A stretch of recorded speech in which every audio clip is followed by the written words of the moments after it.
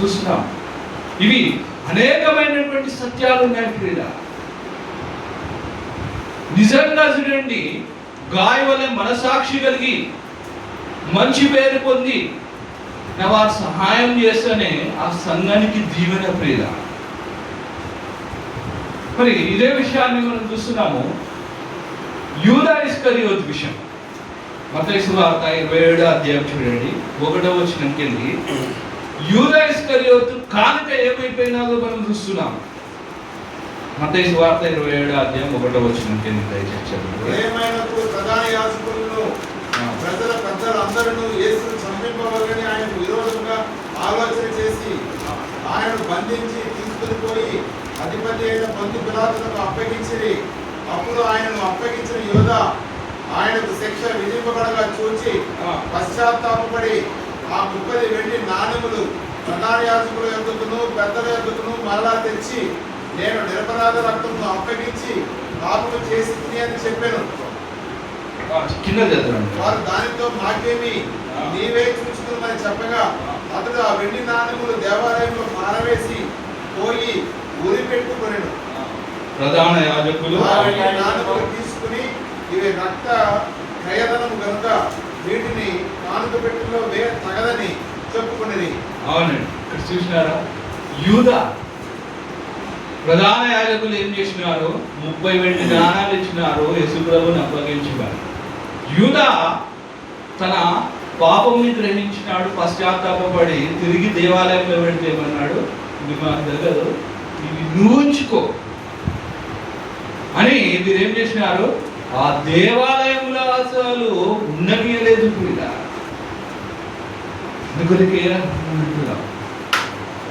సంఘంలో ఈనాడు పరిస్థితి అందుకొరకే ఇక్కడ ఎవరైనా బలహీనులు ఉండొచ్చు, వారు ప్రయాసపడకుండా దొంగతనం చేసి మరి అర్పిస్తుంటే అట్టి వారిని మనము ఇండియాలో ఖండించవలసినదే. యూదా ఇస్కరియోతు యొక్క కానుకలు ఏంటన్నా దేవాలయంలో లేవు.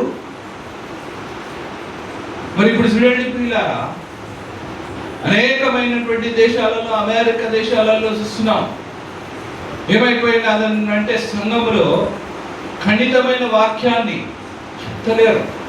ముఖ్యంగా ఏమంటున్నారు, ఎవరైనా సరే సంఘంలో వివాహం చేసుకోవచ్చు, వారు హోమోసెక్షువల్ అయినా ఏదైనా సరే అవన్నీ చేసుకోవచ్చు. సంఘాన్ని మొత్తం ఏం చేసినారంటే పాట దెబ్బలు చేస్తారు. కేవలం చూడండి ప్రియులారా, విశ్వాసాలు ఇచ్చే ఆ కానుకలనే చూస్తున్నారు, కానీ వారి జీవితాన్ని మార్చుదామని అనేకులు చూస్తలేరు ప్రియులారా. ఇది నేర్చుకుంటున్నాం మనం చూస్తే ఈ 3వ యోహానులో చూడండి, గాయకు అలాంటి వర్తమానంగా అలాంటి రిపోర్టు లేదు. అది గాయు మంచి మనసాక్షి కలిగిన వాడు, గాయు యథార్థమైన వాడు, ఆతిథ్యం ఇస్తున్నవాడు, సత్యవాక్యాన్ని అనుసరించిన వాడు. యోహాను ఇక్కడ చూస్తే మరి చూడండి, ఆయనను కానుకలిస్తున్నాడు కదా అని చెప్పి ఆయనను పొగడలేదు ఇప్పుడు కూడా. ఇంకా ఏమన్నారు, నువ్వు ఇంకా వర్ధిల్లు గాయవు. మొదటి వచనాలలో చూసిన 3వ యోహానులో నువ్వు ఇంకా వర్ధిల్లితే అప్పుడు నీకు దీవెనకరంగా ఉంటుందని చెప్పి యోహాను అంటున్నాడు. ఇక్కడ ఇదే విషయాన్ని మనం చూస్తున్నాం. ఇంకొక విషయం ఏంటంటే, మరి సేవకులు తీసుకునే సహాయం అంటే కానుకలు ఏ విధంగా తీసుకోవచ్చు? మన జోప్రైజ్ గారు అనేక సార్లు వివరించినారు ఈ విషయాన్ని. ఒకటి, సంఘం ద్వారానైనా పొందాలా, లేకపోతే ఒక వ్యక్తి ద్వారానైనా పొందాలా. ఇది గాయు అనే వ్యక్తి ద్వారానైనా సహాయం పొందాలా, లేకపోతే సంఘ బలాలన్నా పొందాలి. ఈ రెండు విషయాలు చూడండి. ఫిలిప్పీ పత్రికలో చూస్తున్నాము, పౌలుకు ధారాళంగా ఇచ్చిన వారు, ఇది ధారాళంగా ఇచ్చినారు ఫిలిప్పీలున్న సంఘం వారు. అది సంఘం చూడండి నేరుగా సువార్త పని కొరకు సహాయపడి ఉంటున్నది పౌలుకు. ఇక్కడ మరి ఇక్కడ ఈనాడు ఏమైపోతున్నారు అంటే, మరి కొందరు ఏం చేస్తారంటే సహాయపడే సంఘానికి, అంటే స్పాన్సరింగ్ చర్చ్ అని చెప్పి ఏం చేసి అక్కడికి వెళ్ళి దేవ సేవకు, అది లేఖనానుసారమైనది కాదు ప్రియుల.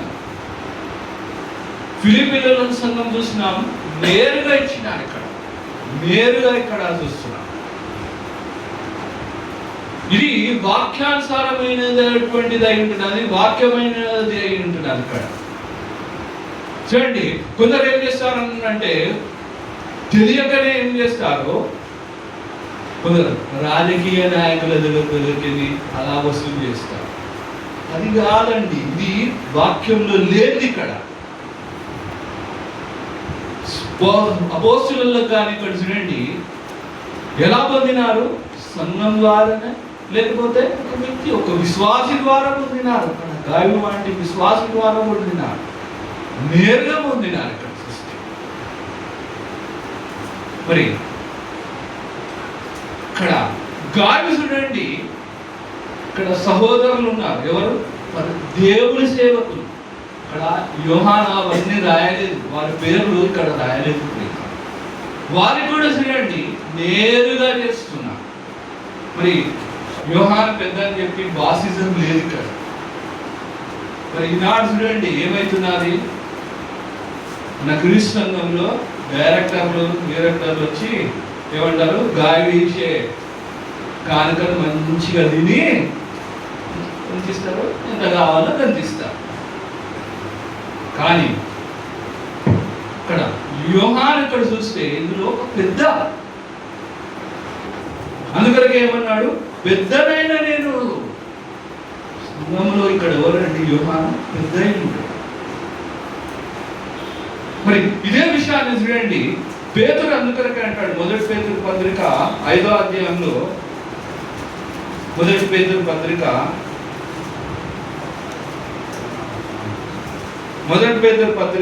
5వ అధ్యాయం 1వ వచనంకి చదవండి.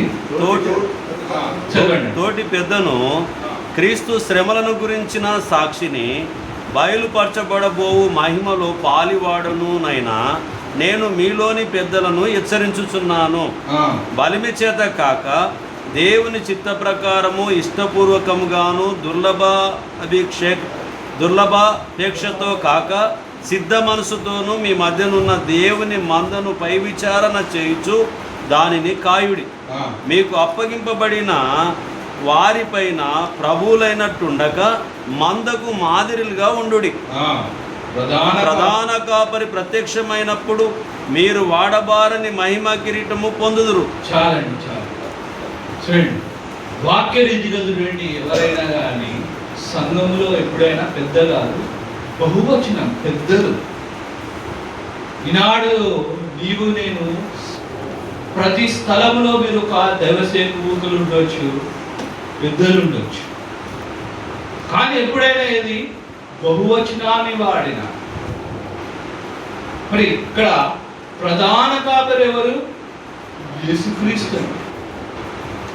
మరి అందుకొరకే ఏమన్నాడు, ప్రధాన కాపరి ప్రత్యక్షమైనప్పుడు వాడబారని మహిమ కిరీటం పొందుదురు. ఎప్పుడు? యేసుక్రీస్తు. ఈ దినమున మరి నీవు నేను మరియు పెద్దలై ఉండొచ్చు, కానీ ప్రధాన కాపరి ఎవరు? క్రీస్తు. ఎందుకొరకు అంటే క్రీస్తు రక్తం చేత నీవు నేను కడుగబడిన ఆయన ఏర్పరిచినాడు. ఆయన ఏర్పరిచినాడు కాబట్టి తయారైనది. మనం కేవలం బహువచనాలే